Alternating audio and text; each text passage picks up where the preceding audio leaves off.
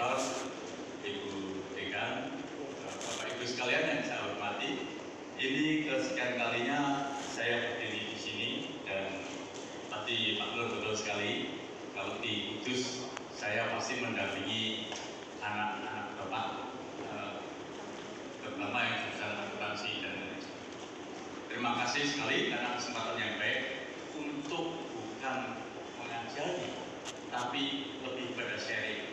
Mungkin ada hal yang kurang baik, yang kurang praktis untuk kita, maupun nanti dikoreksi atau diberitahukan, sehingga kami dalam menjalankan bisnis bisa lebih sempurna, lebih bisa berkompetisi, lebih kompetitif lagi dalam menjalankan tugas kami. Lagi mohon masukannya jika nanti diperlukan. Nah ini Bapak Ibu sekalian, untuk jadi pembicara awal ini mau tidak mau harus nyinggung masalah terkait dengan referensi atau pengetahuan itu sendiri. Sebetulnya Pak Putu lebih jago dari saya, tapi karena saya yang nomor satu awal, jadi mau tidak mau saya harus mendasari pengetahuan itu supaya nanti ketika bicara tentang hal-hal yang saya praktekkan itu masih ada kaitannya, ada referensinya, artinya tidak ngawur gitu ya. Karena segala sesuatunya yang terkait dengan pengetahuan, sebetulnya berkembangnya pengetahuan itu adalah dari hal yang praktek, dari hal yang dipraktekkan atau hal yang dilakukan terus-menerus, dan itulah yang menjadi objek pengamatan sehingga menjadi pengetahuan. Gitu. Bapak Ibu sekalian, untuk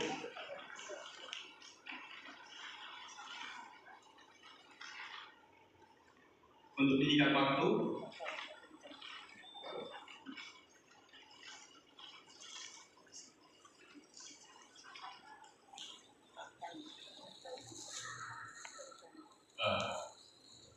materi yang saya ingin sampaikan terkait dengan tema kali ini adalah innovative cost management. Jadi bagaimana manajemen biaya untuk bisa melakukan hal yang sifatnya inovatif.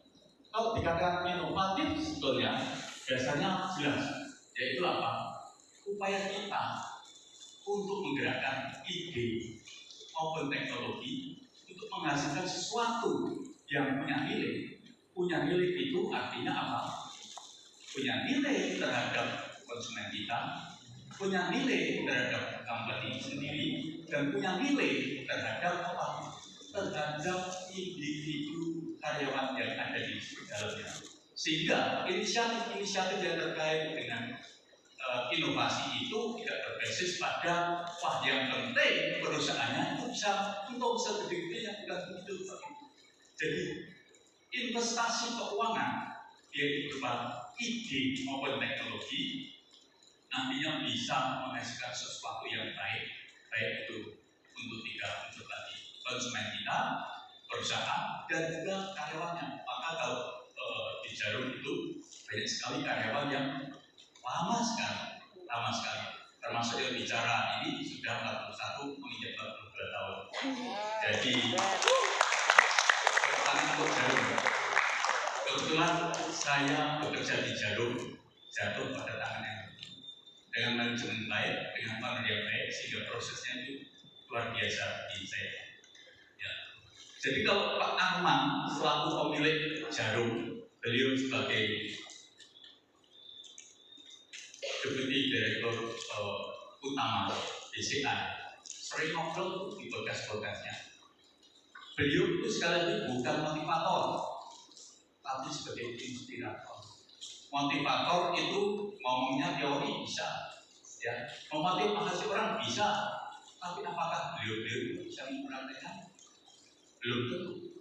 Bahkan Bapak Ibu sekalian mungkin masih ingat, motivator yang terkenal begitu ada kasus pribadi, kasus keluarga jadi itu hilang. Tapi beda dengan inspirator.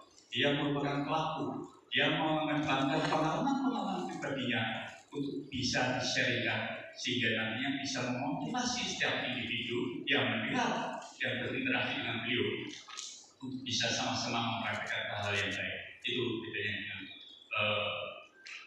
antara inspirator dengan motivator.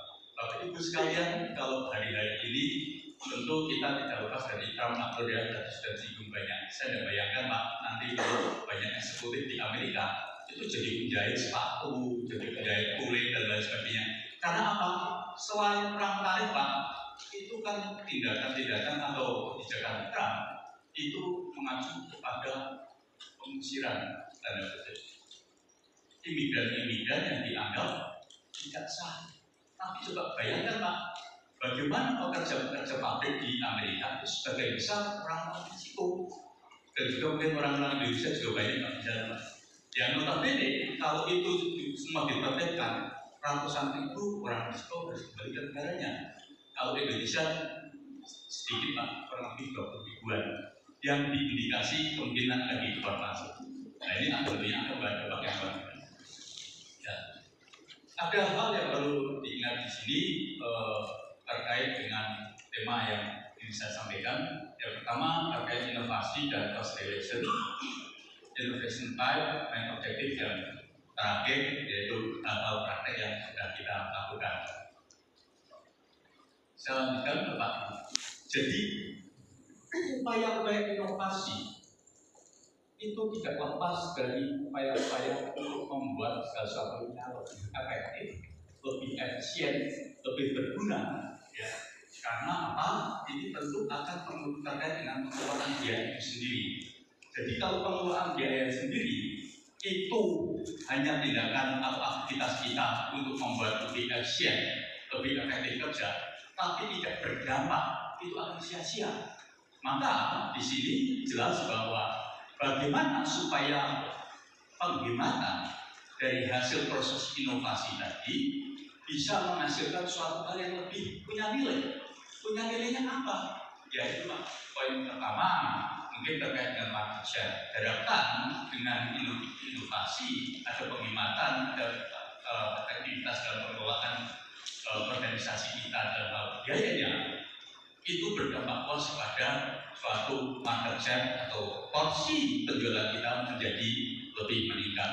Demikian juga market area kita, pemasaran kita bisa lebih luas, tidak hanya domestik, apalagi hanya di Jawa, tapi di luar Jawa, bahkan bisa ke luar negeri.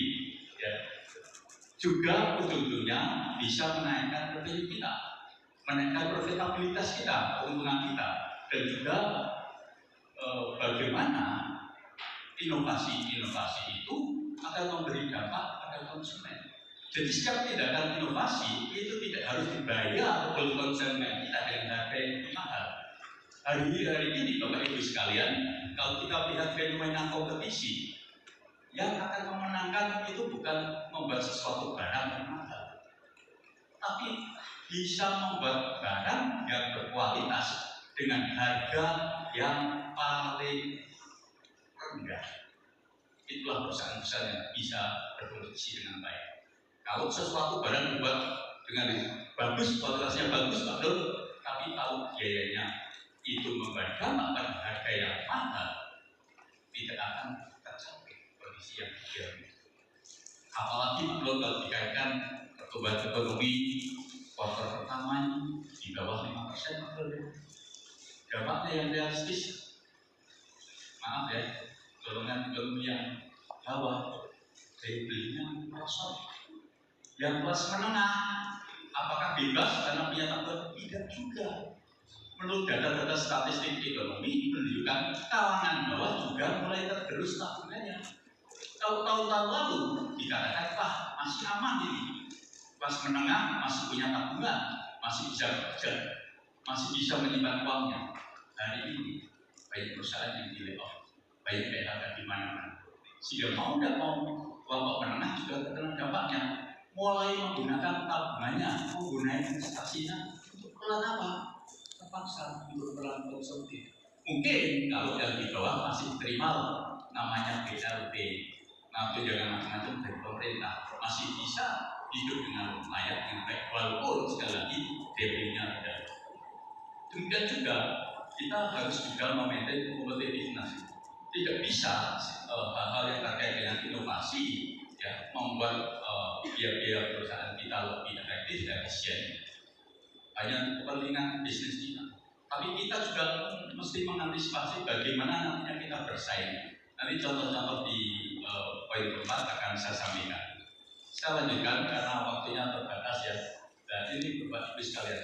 Jadi intinya kegiatan itu harus dikaitkan dengan pertumbuhan. Pertumbuhan apa? Pertumbuhan bisnis.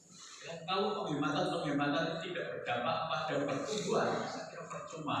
Ya, kurang lebihnya itu Bapak sekalian ya. Saya singkat sekali. Ya, berdampak pada apa? Ekonomi of scale-nya. Jadi diharapkan di situ ada efisiensi, ada penghematan, ada pekerjaan dan inovasi itu mampu memberi dampak juga supaya skill ekonominya meningkat. Artinya apa? Per unit cost-nya ya, itu menjadi lebih rendah. Makin banyak penjualannya, biaya operasional kita per unitnya, biaya overhead kita per unitnya bisa turun. Dengan demikian jangka panjangnya kita bisa lebih sustain. Ya. Demikian juga minimum order quantity ini terkait dengan vendor atau supplier kita. Kalau Bapak Ibu sekalian beli barang dari vendor, mungkin beli 1000 unit, tentu harga per unitnya akan 100. Tapi kita kalau order bisa 10.000 per unit, maksudnya akan turun. Jadi inovasi juga akan berdampak juga pada biaya yang harus kita tanggung, biaya terkait dengan pembelian produk kita yang dari vendor. Demikian juga proses optimization. Jadi optimalisasi proses-proses ada kita harus dipertahankan sehingga prosesnya bisa optimal. Artinya efektivitas, efisiensi dan operasional kita itu betul-betul terjaga dengan baik. Poin kedua terkait inovasi ini sebenarnya teoritis banget, Pak. Itu maaf Pak, harus saya singgung ini karena nanti supaya nyambung dengan poin keempat yang kami lakukan. Nah, ini Bapak Ibu sekalian. Jadi menurut website ini di Harvard review-nya ya, itu mengatakan tipe inovasi ada 4 kurang lebih. Yang pertama terkait dengan sustain or incremental. Sustain artinya apa? Perbaikan yang terus-menerus. Incremental ya sifatnya gradual, bertahap. Biasanya yang sustain ini terkait dengan apa? Penjualan, supaya penjualannya bisa terus-menerus baik dan berlangsung terus-menerus. Kalau gradual lebih pada mempertahankan sesuatu yang sudah ada, supaya para konsumen bisa mempertahankan produk-produk yang dikonsumsinya atau jasa yang dikonsumsinya. Lain halnya dengan crypto ya, contohnya kalau tahun 80-an ya, belum ada handphone. Bapak Ibu sekalian, kalau yang sudah sepuh-sepuh pasti mengalami. Kalau mau telepon, wah susahnya bukan main. Kalau Ibu Ira, istri saya juga kuliah di Jogja dulu ya, mau telepon orang tuanya harus nongkrong di warnet. Ya. Tapi begitu kira mobile phone, handphone ada, 80-90 ya, mulai ada komunikasi tidak harus di warnet. Maka warnetnya bisnisnya mulai turun. Tapi komunikasi ini bisa dipermudah dengan mobile.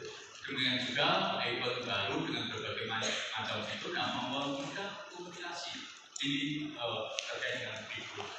Basic research saya kira jelas ini ya, memang segala sesuatunya usaha yang mau baik itu tidak lepas dengan basic research-nya. Dalam hal ini yang paling gampang ya ketika zamannya COVID, ya vaksin COVID ditemukan karena ada basic research, walaupun penggunaannya masih kondisi darurat Pak, ya belum bisa diresmikan itu aman. Makanya Bapak Ibu sekalian, adik-adik sekalian mungkin tahu ya, ini dampaknya mungkin luar biasa loh. Sekarang yang namanya orang terkena dari COVID itu luar biasa. Autoimun di mana-mana, ya, penyakit yang terkait dengan paru-paru di mana-mana, itu semua diindikasikan dengan vaksin COVID. Ya memang karena vaksin COVID sudah dicantumkan, ya seperti produk rokok Pak sudah dicantumkan peringatan. Penggunaan vaksin COVID itu dalam kondisi darurat, nggak ada yang sempurna. Tapi kalau tidak dipakai pilihannya tentu sudah ada.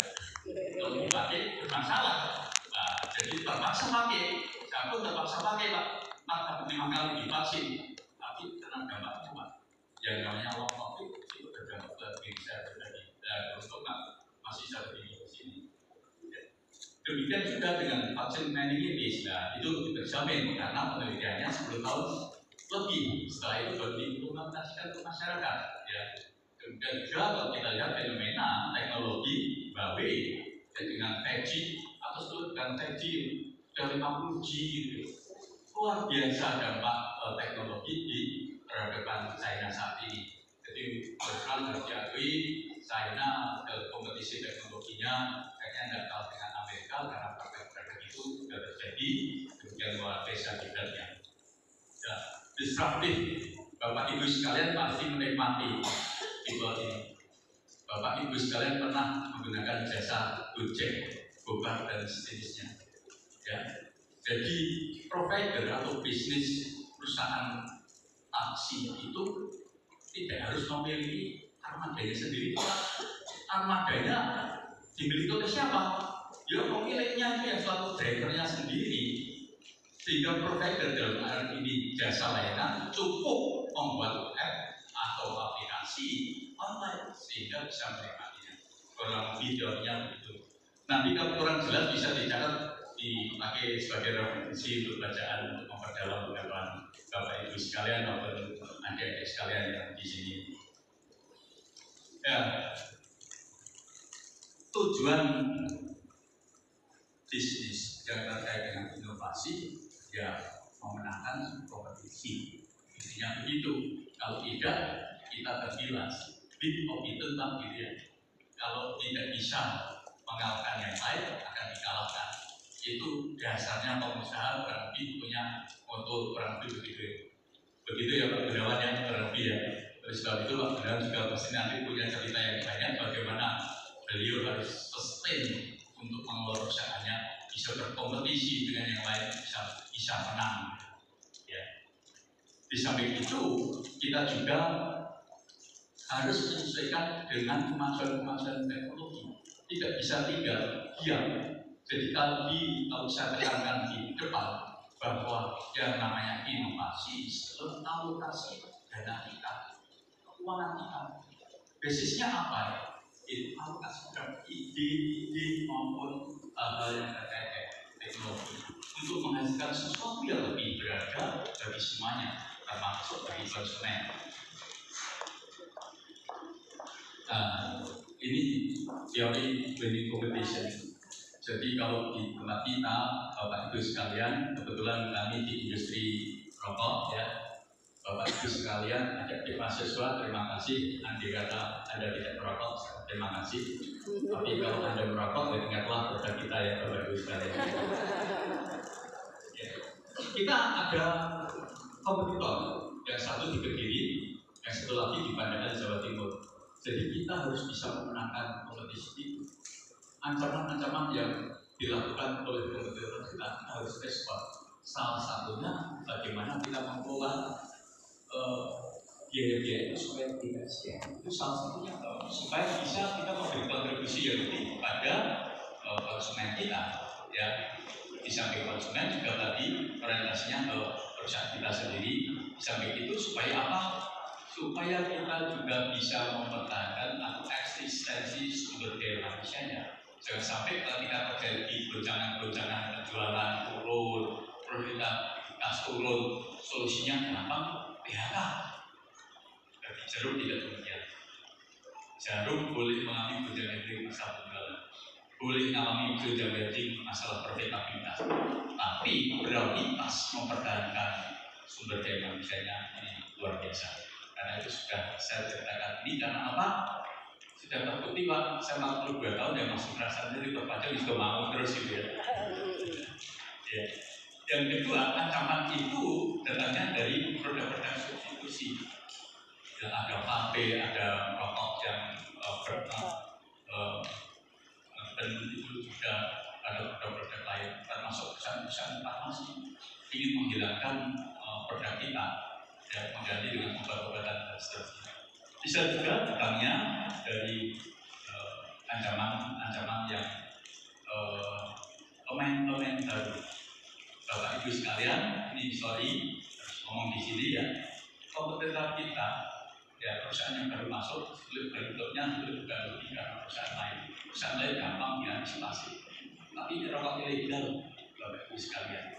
Rokok ilegal hari ini itu menurut pengakuan Cukai, kalau saya tidak salah ya, dari aku belasan persen ada di rokok ilegal.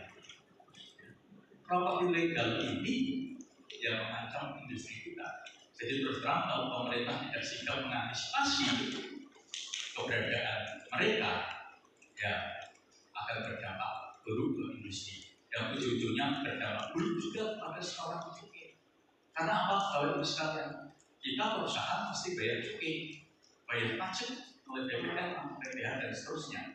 Nah itu dampak dari perhitungannya Pak untuk cukai dan BPN 50% sudah jelas sekarang. Jadi sebetulnya kita di industri ini hidupnya ya di bawah 40%, di bawah 30% untuk membiayai. Makanya kita sangat concern sekali dengan inisiatif yang terkait dengan inovasi yang harus kita lakukan sehingga bisa melakukan efektivitas biaya, bisa menghemat biaya dengan kita bisa berkompetisi. Ancaman lain adalah dari konsumen. Konsumen yang paling relevan saat ini satu Pak, daya beli yang menurun. Ketika penghasilan beliau-beliau atau mereka-mereka di berbagai segmen itu turun, maka ada pemikiran pindah aja lah daripada mahal.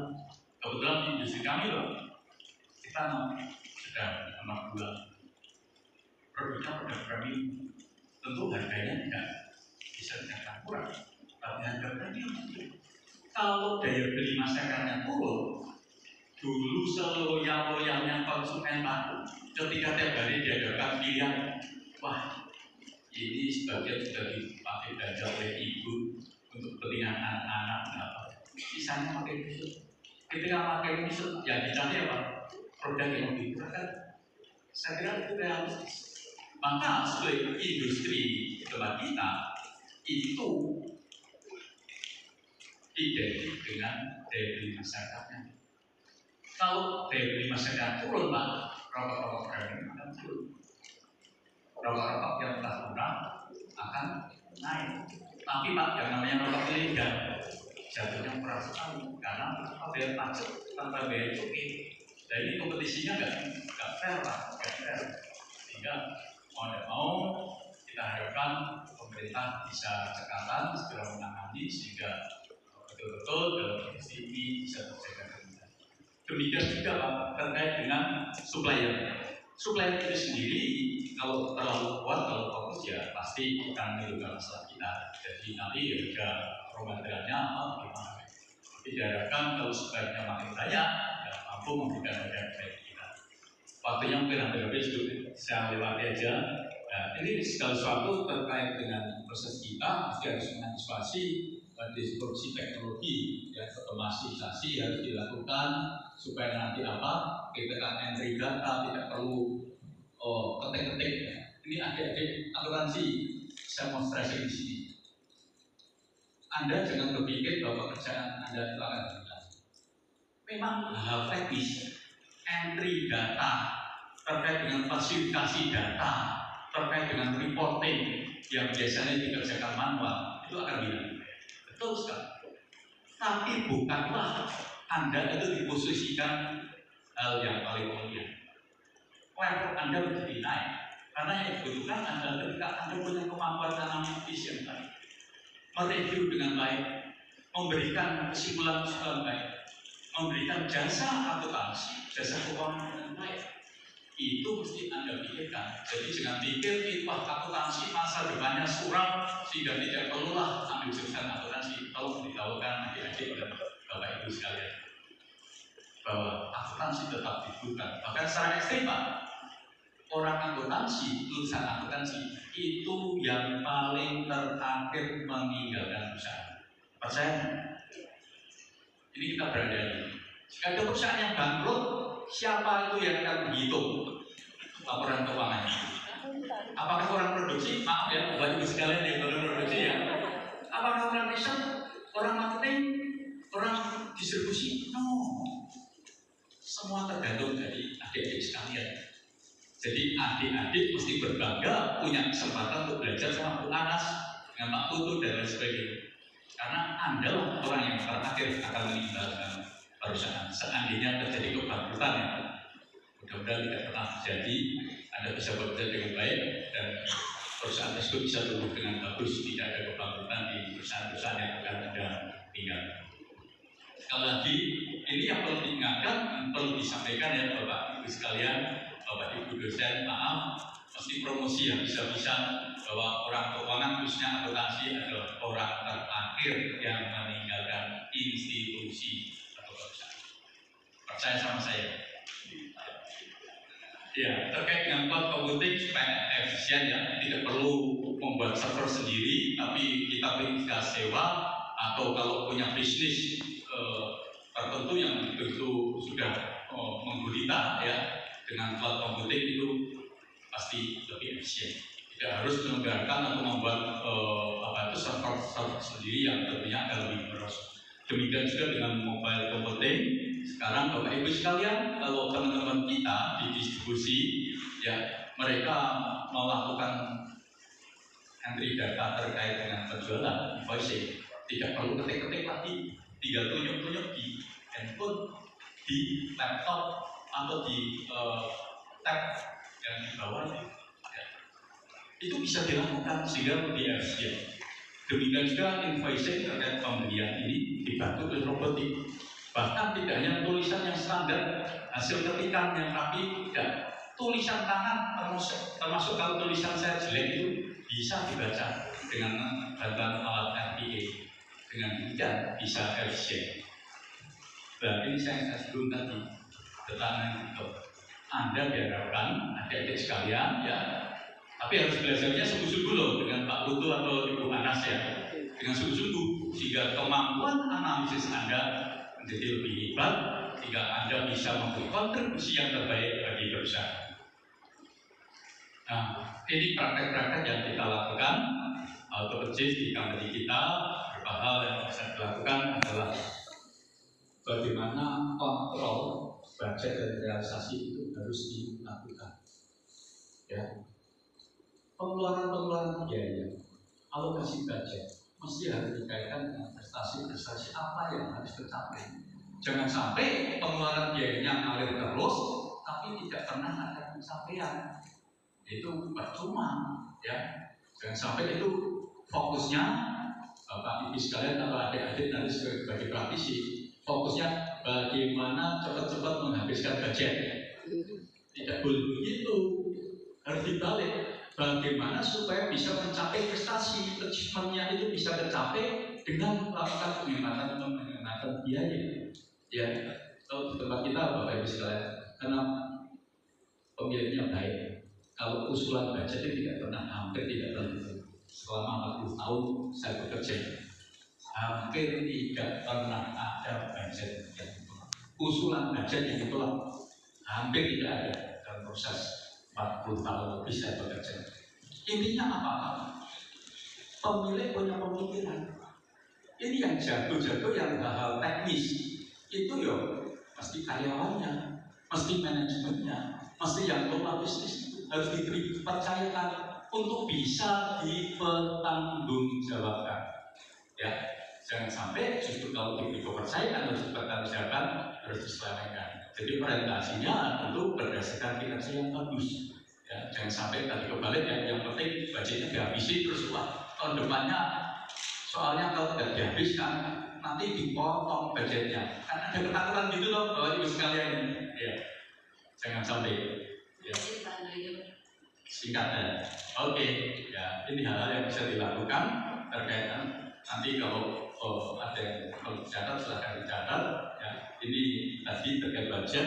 Ya, ini hal yang cukup intens kita lakukan Pak, COP Community of Practice. Bagaimana kita bisa melakukan sharing atau komunikasi di internal perusahaan kita. Ini terkait dengan values yang kita miliki. Ya. Kalau kita miliki ada 5 values, salah satunya learning organization. Jadi organisasi ini mendorong karyawannya, mendorong setiap individu, setiap tim bisa bekerja dengan baik untuk menghasilkan sesuatu yang maksimal harapannya. Jadi praktek-praktek ini dilakukan bahwa pemilik sendiri ikut terlibat dalam konteks untuk knowledge management. Tiap tahun kita ada kompetisi di antara karyawannya sehingga hal-hal yang baik bersama-sama menghasilkan sesuatu yang bagus untuk internal kita. Nah, ini produk kita Pak, ini menurut promosi ya Bapak Ibu sekalian yang tidak merokok nggak apa-apa. Tapi sekali lagi kalau mau merokok silahkan, produk kita yang baru ya. Ini ada selongsong. Dari kemasan-kemasan ini berdampak tidak pada biaya. Ya, ada penambahan biaya. Tapi yang penting adalah kita bisa menyampaikan value itu kepada konsumen kita. Jika pada dasarnya nanti diharapkan ada pertumbuhan, ada growth, ya, ekonomi sosial yang naik, ya, perluasan marketing atau perusahaan itu dalam memasarkan produknya bisa lebih menjangkau pada konsumen yang concern terhadap apa? Ya, terhadap kualitas, terhadap keamanan produk-produknya sendiri itu kita. Demikian juga Pak Fokus ini double klik. Jadi kalau mau mentalnya dikit ya boleh, kalau mau mentalnya lebih banyak ya diklik lagi 2 kali klik itu supaya lebih nendang mentalnya gitu ya. Oke. Satu lagi Bu, kalau boleh. Ini terkait dengan SKT ya karena menyangkut orang banyak. Jadi kalau biasanya Bu Anas kalau datang ke kita, kalau datang ke penggilingan rokok kerjakan oleh manual, dalam mengerjakan produk kita untuk menghasilkan satu barang rokok itu dikerjakan oleh 2 orang Pak. Ada tukang gilingnya, ada tukang badelnya. Badel itu yang merapikan Pak, kiri kanan atau kepala ekornya. Tapi sekarang kita ada proses di mana setiap orang hanya menangani 1 mesin. Jadi 2 orang tadi menangani 2 mesin. Inovasi ini yang kita lakukan sehingga tidak hanya berdampak produktivitasnya, tapi terkait dengan upahnya. Kalau semula 2 orang itu menghasilkan upah atau upah yang diterima kurang lebih 180-190 ribu Pak, untuk mengerjakan 4 ribu bahkan atau 7 hari kerja. Tapi dengan produk ini kurang lebih per orang bisa menghasilkan sekitar 120, artinya 2 orang itu menghasilkan 240. Jadi ada peningkatan kemampuan ekonomis. Ya Bu Anas, terima kasih untuk